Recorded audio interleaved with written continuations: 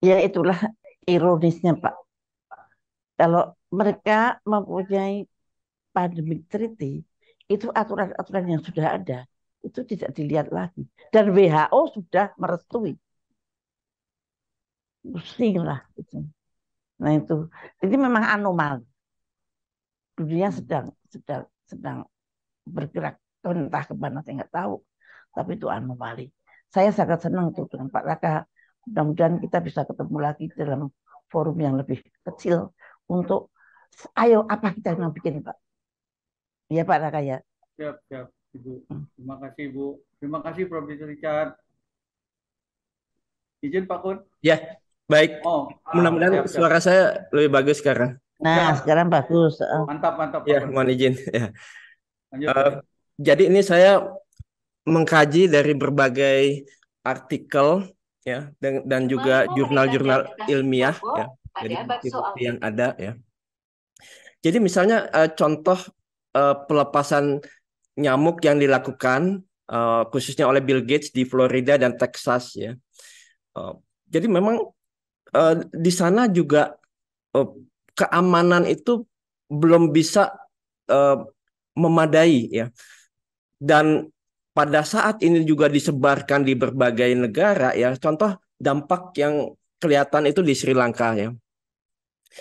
Di sana ancaman demam berdarah itu meningkat beberapa kali lipat setelah pelepasan massal telur nyamuk 2 tahun yang lalu. Dan dengan konfirmasi populasi larva yang berlebihan dalam 2 bulan terakhir. Ya. Di sana di WHO itu menerapkan indikator kalau skalanya udah 5, ya, maka negara itu akan menjadi negara yang blacklist.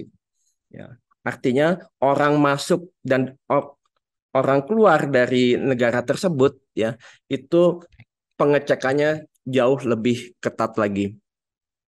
Kemudian di California ya di tahun ini pelepasan nyamuk ini ditolak ya di California karena ketidakmampuan dalam mengevaluasi dampak lingkungan dan kesehatan manusia akibat pelepasan organisme yang diubah gen ini. Jadi tadi yang seperti Mas Eri sampaikan ya sampai saat ini evaluasi dampak lingkungan ini masih belum jelas ya karena membutuhkan waktu yang cukup lama ya bahkan bisa sampai 10 tahun ya.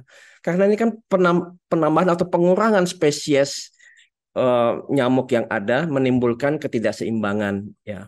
Untuk itu dampaknya pun juga harus diperhatikan secara keseluruhan. Nah, hal-hal ini ya sebetulnya eh, kita belum melihat adanya urgensi di dalam pelepasan nyamuk ini ya.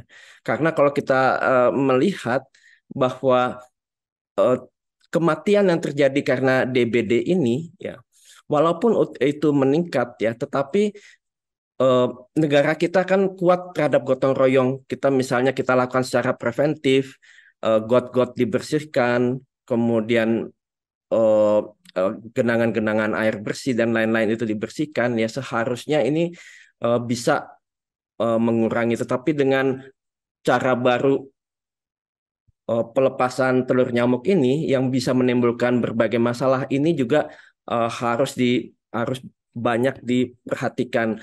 Pertanyaannya mungkin seperti ini. Apakah analisa resiko itu sudah ada itu ya, secara jangka panjang ya, baik itu terhadap manusia dan juga ekologi ya.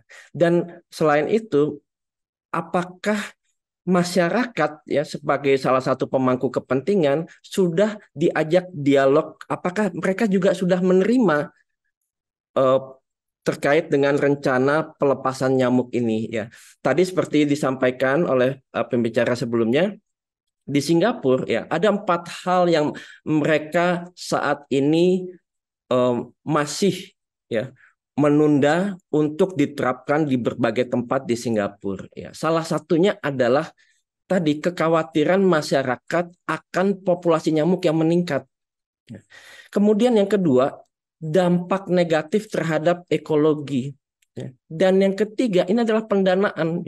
Karena sebetulnya untuk bisa mencegah error ya. Ini kan gene drive itu kan syarat dengan error. Jadi banyak bisa terjadi error di dalam pembuatannya tadi, pembuatan telur nyamuk dan lain-lain ya. Makanya butuh orang-orang yang sangat ahli untuk itu, baik dalam pembuatannya, kemudian juga sampai distribusinya dan lain-lain. Dan itu membutuhkan dana yang mahal ya.